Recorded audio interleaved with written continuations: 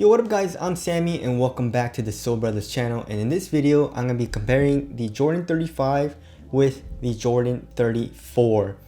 So the 34 was one of my favorite shoes to play in, incredible performer, especially comparing to the 34's predecessor, the 33, which I wasn't a huge fan of. I really like the fast fit system, but it's super heavy and like a little clunky and a little bulky, and they definitely fix that in the 34. And as far as the overall design goes, obviously in the 35 they kept the clips plate, which I am a huge fan of, and I'm sure a lot of you guys are as well. It has a functional purpose, it cores out the midsole and takes a lot of that weight off the shoe, and also not to mention it looks awesome. So yeah, the Jordan 34 is available. So if you guys do want to cop, I'll leave a link in the description box. The 35 is coming out globally October 17th. So when that is available, I'll try to leave a link in the description box. But let's get it started off with the traction. So the overall traction is pretty much the same. They're using a herringbone traction pattern. It's a little bit different, and I feel like I like the 34 a little bit better as far as like it's a little bit more spaced apart. The 35 it's actually very close together, and I feel like that might trap a little bit of dust and trap a little bit of dirt. Of course, we'll have to see on that. And also, durability seems better in the 34 as well. Like the hardness of the rubber, the 34 is definitely harder. The 35 is softer, and I guess the grooves are thinner. But as far as the depth of the grooves go, I would say it's around the same. As far as the bite goes, on my wood floors, they both have incredible bite. We already know on the Jordan 34 has a really good bite. Picks up a little bit of dust, but once you wipe, you're good to go. The 35, I've been trying it on my wood floors and it seems to have a really good bite, a little bit of a squeak as well. So traction, I feel like it's gonna be pretty similar, but the 35 might have worse durability. All right, moving on to the heel to toe transition. They're both very smooth. You have a nice rounded shape here in the heel in both of the shoes, as well as in the forefoot. I'll say the 34 is a little bit more rounded. It has a little bit more of a drastic curve in the 34, but the 35 is still pretty damn nice. And the 34 and the 35 don't really flex all too much. Okay, so there is a good and a bad thing to this. So personally for me, I mean, it's not a big thing, it's just a pretty minor thing, but I like to have a good amount of flex in the forefoot in my shoes. I feel like it just helps the shoe feel overall a little bit more smooth and a little bit more fluid, especially when you're like running down the court. The 34 and the 35 on the other hand is pretty damn stiff. You can't really flex it all too much. I mean, like when you're in the shoe and you're putting more weight obviously than just like me bending it right here, so it bends a little bit more when the shoe is on, and because of that rigid structure, it kind of propels you forward a little bit more, kind of like a diving board. You go on the diving board and kind of like propels you. That's kind of how it works here. So I guess it has its pros and cons, but to me it's not a huge deal because of how much they curve the shape. I mean, obviously, personally for me, I would have liked it if it was, a little bit more flexible than this. But like I said, it's a pretty minor thing, and the overall heel to toe transition feels very similar in the 34 and in the 35. All right, moving on to the cushioning system. So the 35 is definitely a little bit of an improvement in my opinion. The forefoot zoom unit is actually the exact same in the 34 and in the 35. It's a very large volume zoom unit, and the Jordan 35 feels pretty much exactly as the 34. It's super bouncy. You get a good amount of compression as well from the zoom unit, and it feels great. The heel zoom unit though, so here in the 34 they were using a hex zoom unit, so it's pretty damn small. In the 35 they made it basically the entire surface area of the heel, which is great. Can't really notice a huge difference. I would say there's a little bit more compression and a little bit more bounce in the 35, but to be honest, I'd rather have a softer foam in the heel, but that's just my opinion. I don't really care for heel zoom units all too much. Also, another improvement that the 35 has over the 34 is the foam. So obviously they're using Phylon foam in both of the shoes, but for some reason the 35 is softer. So if you feel the actual midsole, the 35 kind of compresses on your finger.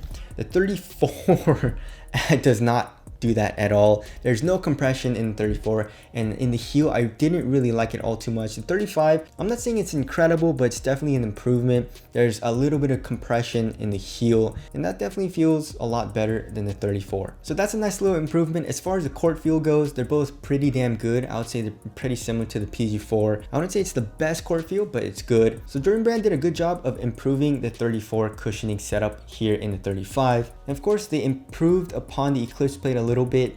So they're calling the 35 Eclipse plate the Eclipse plate 2.0, and then of course here in the 34 it's just a regular Eclipse plate. If you guys look at it closely, the hole in the 35 is definitely a lot larger, but the actual area of midsole that's cored out, I feel like is exactly the same, right? So here in the 34, it definitely comes here into the heel a little bit more. The 35 definitely doesn't as much, but like I said, the hole is a little bit larger. So as far as the usefulness and functional purpose of the clips plate in both of the shoes goes, it's pretty much the same. Also, another subtle little difference is that 35, you can see the actual exposed zoom unit here in the forefoot as well as in the heel. In the 34, you can only see the exposed zoom unit in the forefoot. Also, another difference is that the 35 here on the lateral side, the Eclipse Plate 2.0 comes up to act as a lateral cage. The 34, the Eclipse Plate basically stayed here inside the midsole. All right, moving on to the materials. So here in the 34, I feel like they did a pretty good job. I mean, a very, very good job, right? In this shoe, they basically said, we're gonna take the materials and make it as minimal as possible and, you know, make the shoe overall really, really light. But we're gonna keep the support super good, and basically where you need support, you're gonna have incredible support, and they did a phenomenal job here in the Jordan 34, right? So if you look at the material, they're using like a mesh throughout this entire upper, and they're not using a lot of old school materials like leather, nubuck, suede or anything like that, besides I guess here in the heel. And you know, I really don't mind. But then of course here in the 35, they want to use old school materials. I don't really mind leather materials on shoes. I mean, of course, I would prefer like a mesh, like a nice mesh, a textile, or like a knit material, of course. But you know, I feel like Jordan Brand did it very, very tastefully here in the 35, right? So like in the middle of the toe box, you got some Curin material, which is super supportive, but also super thin. And then on the lateral and medial side, the leather parts are actually just like small strips of leather or nubuck.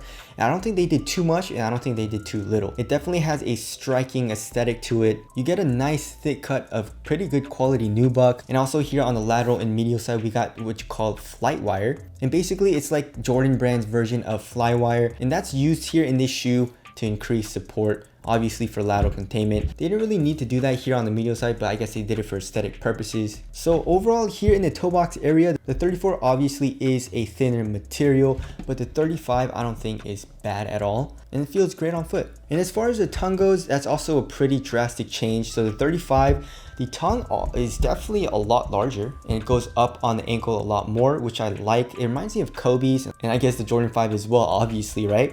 And there is a lot more padding, so the 5 feels a lot cozier. The 34, there was absolutely no padding here in the tongue, and that wasn't a huge deal for me. But personally, I do like to have a little bit of padding in the tongue, and I especially love the tongue in the Zoom Freak 2 and in the Zoom Freak 1. Here in the ankle area, there is a little bit of padding here in the 34, and that's literally the only place in this shoe that has padding. And I did a good job of, you know, keeping your heel contained, and also felt pretty nice. But the overall foam, it was kind of minimal, right? The 35 is also the same. I would say there's not a lot of padding here in the ankle area, but there is an insane Achilles pillow here on the left and right sides of the heel cup, and that feels great on the Achilles. It keeps your heel locked down, and I feel like they did that a little bit better in the 35 as well. Obviously, this is the case of, I mean, what you prefer. I don't think one shoe does it better than the other per se. I would say if you like a minimal upper, the 34 obviously is the better choice. The 35, if you like a little bit more padding and you don't mind, I guess, like the slightly thicker materials, and also if you like the better quality materials, then go with the 35, right? All right, moving on to the fit.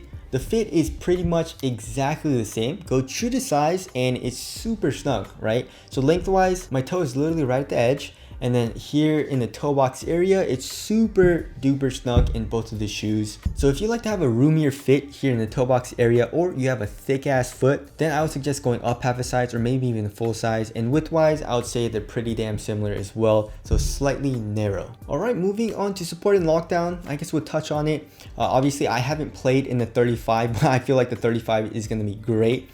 So the lateral containment in the 34 was awesome, right? And they did it without any type of like lateral counter here in the midfoot area. And obviously you don't really need anything if you put something here in the forefoot as well as in the heel. So if you put something here, you don't really need anything contained here in the midfoot, right? They did a great job of keeping everything minimal, and where you don't need like support, they kept the material super thin, and they kept it so thin you can literally see my finger through this material, which is crazy, right? Here in the 35, there is an internal TPU heel counter. We have this eclipse plate, like I mentioned, like the eclipse plate 2.0 comes up here in the midfoot, and this flight wire kind of like contains you here in the forefoot. It extends here in the forefoot a little bit. So I mean, yeah, lateral containment I feel like it's gonna be really, really good.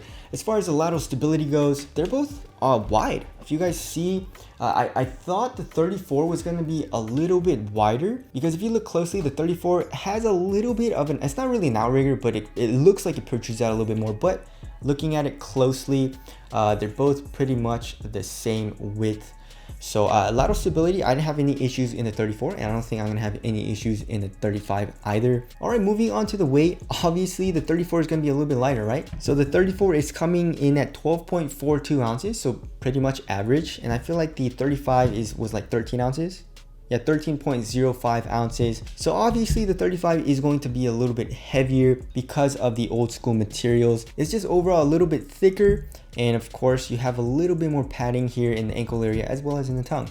So I mean, 0.5 ounces, I feel like they did a pretty good job, you know. I thought it was gonna be a little bit heavier, like 13.5 ounces, maybe even 13.8 ounces, but you know, 13 ounces on the dot, not bad at all. I mean, surprisingly, the 35 feels pretty damn minimal on foot. Obviously not as minimal as the 34, but you know, like looking at it, it doesn't look like it's going to be minimal because the upper looks a little bit thick, right? But it's actually not. All right, as far as the aesthetics go, I feel like I like the Jordan 34 a little bit better. I mean, this silhouette is super dope, but the 35 is growing on me a lot. So tell us what you guys think looks better down in the comment section below. So wrapping things up, I mean, the 34 to the 35, I mean, there's a little bit of a difference, right? The overall cushioning is pretty much the same. The traction is pretty damn similar. The materials are overall pretty minimal as well. So like the overall feeling of both of these shoes is pretty similar. I guess the ventilation obviously will be better than the 34, right?